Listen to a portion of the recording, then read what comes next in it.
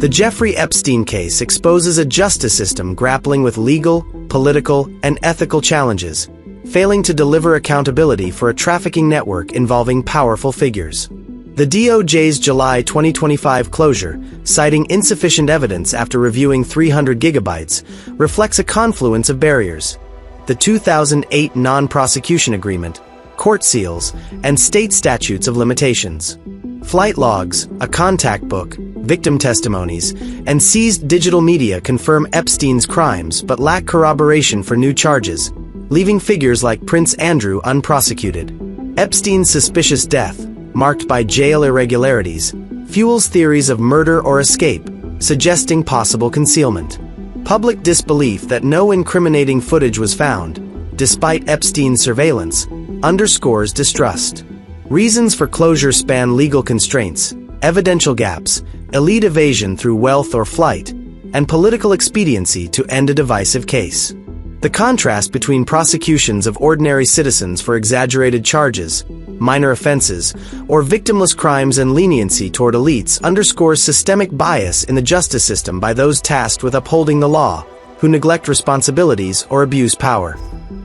The Department of Justice's decision to close the Jeffrey Epstein case in July 2025, despite the absence of statutes of limitations for federal sex trafficking, left a legacy of public distrust, as alternative approaches that could have addressed demands for transparency and accountability were not pursued due to legal, ethical, and political complexities. Releasing a redacted list of names from existing records, accompanied by a clear statement that association does not imply criminality, could have signaled openness to the public, countering perceptions of concealment while navigating potential defamation lawsuits from influential figures with robust legal resources.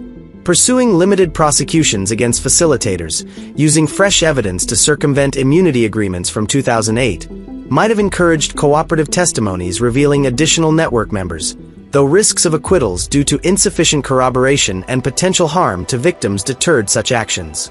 Issuing a detailed public statement clarifying investigative constraints, such as immunity protections, jurisdictional barriers, or inaccessible digital records, could have fostered trust by explaining why prosecutions stalled, balancing transparency with ethical obligations to protect victim privacy. Leveraging financial investigations through the Financial Crimes Enforcement Network to trace illicit payments or pursuing international leads via mutual legal assistance treaties with jurisdictions like the U.S. Virgin Islands or France might have uncovered new witnesses or financial trails, addressing public demands for deeper scrutiny. Pressing witnesses for cooperation, as seen in organized crime prosecutions, could have prompted disclosures from reluctant figures, though their immunity or silence posed challenges. Establishing an independent review panel, modeled on historical precedents like the Watergate special prosecutor, might have restored public confidence by objectively assessing evidence and recommending actions, ensuring impartiality without risking futile legal battles.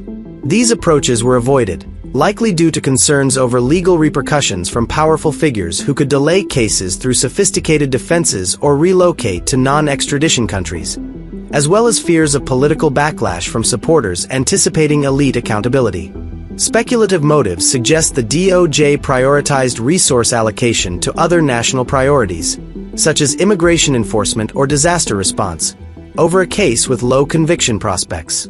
Theories also propose the closure shielded influential figures from exposure or preserved evidence for potential political leverage.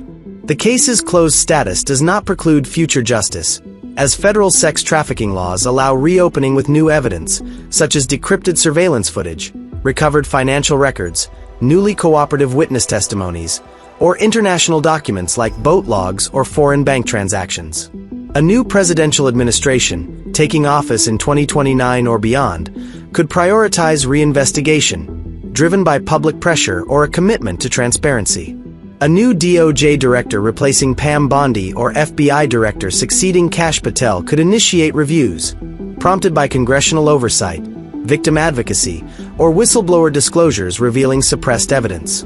Public hearings, as used in past high-profile scandals, or victim compensation fund data could further trigger reopening, offering avenues for accountability.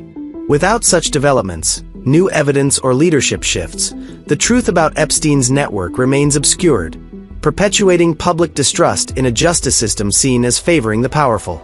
These alternative approaches, both past and future, highlight the potential for justice through persistent scrutiny, ensuring that the pursuit of accountability for heinous crimes endures beyond the 2025 closure.